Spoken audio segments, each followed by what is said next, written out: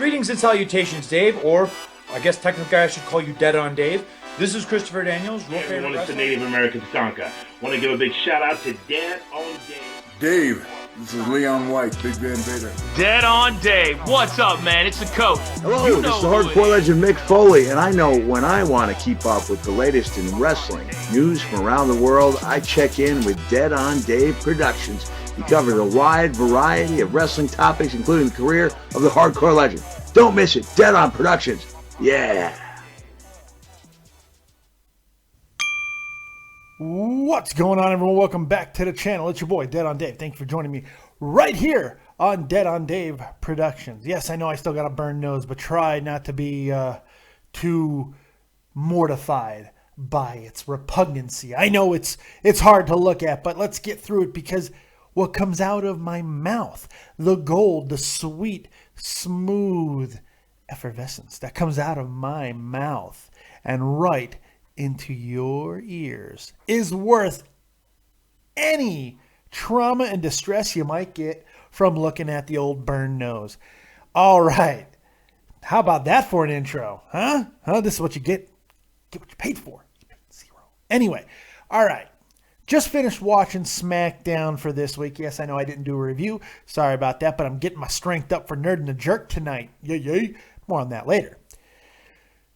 And I noticed something in Smackdown that kind of gave me a little bit of pause, and it kind of got my brain thinking. And now I wanted to do a video on it. Dean Ambrose is WWE champion. I think a lot of people felt when he won Money in the Bank and then cashed it in that night to become champion, that was a turning point for WWE in some ways. Certainly a turning point for Dean Ambrose. There has been a few really big highlights from Dean since winning the belt, but really he's just been the same Dean Ambrose, but with a title. And it doesn't really feel like it's anything special that he's WWE champion, or at least that's starting to become the perception. But is that reality? Look, Monday Night Raw, after Monday Night Raw, I would have told you no. There's no way you can even think that. The intense promotion that he gave, everything that he did in the ring with Seth Rollins, those two have such good chemistry, but it doesn't feel much different from when he was chasing the belt. It almost feels like Seth Rollins is the champion. It's just kind of weird. And, you know, he is in a three-way situation with Roman Reigns, who is currently out because he's a cheater, because he may have taken some supplements. We don't know. Who knows? We'll never know, but that's okay. But even with Roman Reigns out, it almost feels like Dean Ambrose, even as champion, is the third most important person in the feud. Seth Rollins has this thing about him. You know, I think Dean really kind of touches it and hits it on the head when he says, Seth just looks like a guy you constantly want to punch in the face. It's just true. There's something captivating about him. Dean is so relatable, and he's so what people want, because he's kind of weird and everyman-ish and all that stuff. He's got the Midwestern vibe because of the Ohio stuff and all things like that. So you almost forget about who Dean Ambrose is, because outside of him being zany and wacky and everything and doing weird things, he's kind of plain. He's very, you know, guys like Dean Ambrose. You hang out with guys like Dean Ambrose, which is fine. And Steve Austin, the comparison with Steve Austin is a little unfair, because yes, while Steve Austin was the embodiment of what people wanted to do in the 90s, the rebellion they wanted to take part in, the things they wanted to say to their bosses, very few people were like Steve Austin. So it's like you couldn't relate exactly to who Steve Austin was, but you related to the fact that you wanted to be what Steve Austin represented. Dean Ambrose, you see a lot of yourself in him. You know, you're like, oh, wow.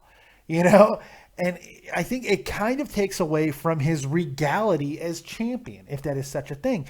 And I'm just starting to wonder if that long-term is going to affect his ability to be WWE champion, and if those reasons are the exact rationale that what has kept him out of the main title picture this entire time.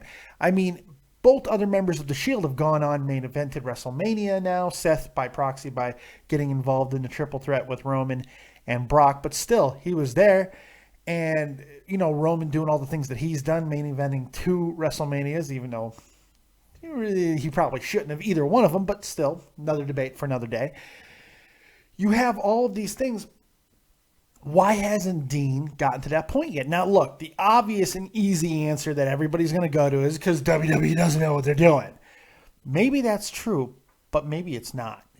Maybe it's because, yes, Dean Ambrose gets amazing pops and all of that, but he hasn't really been drawing on his tours. If the numbers, if you're one of those people who, you know, believe in numbers and facts, I know who does that shit, right? I mean, numbers scary. But if you believe in the numbers that you can see, I got all kinds of spit going on. If you believe in the numbers that you can see, then Dean Ambrose is not drawing huge on his tours. The ratings, I don't feel the television ratings are necessarily an indication of Dean Ambrose drawing power, but it can't be ignored regardless. You know, it's hard to kind of say, well, no, forget all that stuff. It's this, and this, and this reason. Eventually, it's got to come down to who the champion is. It just kind of feels like using the Shield, and I think this is the most likely answer, using the Shield in a time that is not a big time in wrestling, like a non-WrestleMania season, even with SummerSlam as close as it is, they're using this at Battleground. And this is the thing that I always worried about. Using the Shield in this way before a major event kind of takes away from what makes it special. It feels like this should have been saved for a Royal Rumble, or really, in my opinion, a WrestleMania. It should have been a storyline that was simply danced around until then. Now, I understand part of the reason for doing it now is because they're breaking these guys apart. One of them is going to be separate from the other two. Two are going to end, this is just how math works.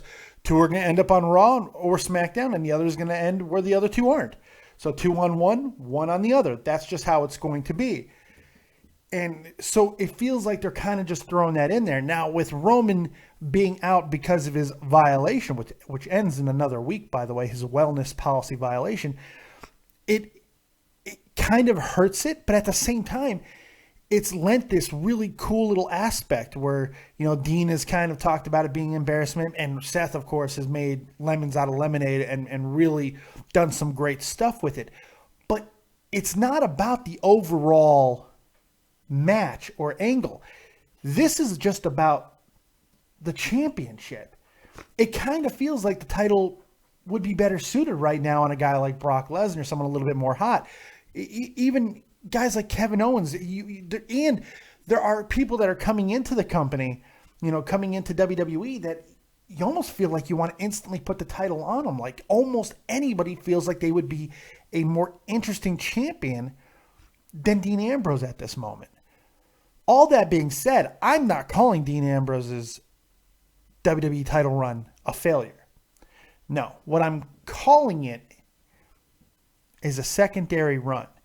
And what I mean by that is they started calling it the WWE Championship. Do not be surprised if Dean ends up on Smackdown, because I don't think they're going to want to highlight him on Raw. I think the other title is going to be on a bigger name. Look for Brock Lesnar to get the World Heavyweight Championship if the rumors are true and they are in fact splitting up the titles. Look for a big name to get that other title. It's just a bigger name than Dean Ambrose. And it's not going to be surprising, and it won't be shocking or anything like that. I just see it happening because I feel like there's just something lackluster from this situation. Now, I understand also it's very, very early, but Dean doesn't evolve. Dean is Dean. Dean is who he is. He can go a little more intense, but he doesn't evolve, and I don't think he ever will. Even Johnny Moxley wasn't all that different than the Dean Ambrose character, just a little bit, you know, lighter for the WWE audience. But really, it's not all that different. So it's just kind of, it's a tough debate to have because I know it's all over the place. It's just, there's so many different aspects to look at. I'm enjoying Dean Ambrose, and I think a lot of people are, but it just feels like it's not what it should be or what we thought it was going to be. Now, is that going to change over time? Maybe, but I got a feeling he doesn't have a lot of time. It seems like that belt is getting taken off him at Battleground, if I had to guess. But if it doesn't, what can they do to make him special? What can they do? Who can they put him in there with to change the perception that's going on around Dean Ambrose right now? That's the question I have for you. And I want you to hit me up on Twitter at DeadOnDaveV, or simply go right into the comment section of this video. Please do so. And tell me what you think is next for Dean Ambrose. I want to hear from you guys, all right? Thank you guys for watching, liking, subscribing, and sharing this video. Make sure you do it if you haven't. I'm not just saying it for my health. This isn't like the Lord's Prayer. I'm just checking a box. I want you to actually do it. Put it into practice. Like, subscribe, and share. Thank you guys very much for joining me. Very much appreciated. As always, if you don't have talent, have talented friends like Jake Link, who will be here tonight for Nerd and the Jerk Live. It's a Pokemon episode, folks. We're going to talk about all the craziness that's happening with Pokemon, and if it's the savior of the earth or if it's the doomsbringer of humanity. We'll talk about that and everything else that's going on in the nerdy world tonight live, 9 p.m. Eastern Standard Time, right here on Dead on Dave Productions. Don't miss it. We'll see you then. Keep it copious, folks, and peace.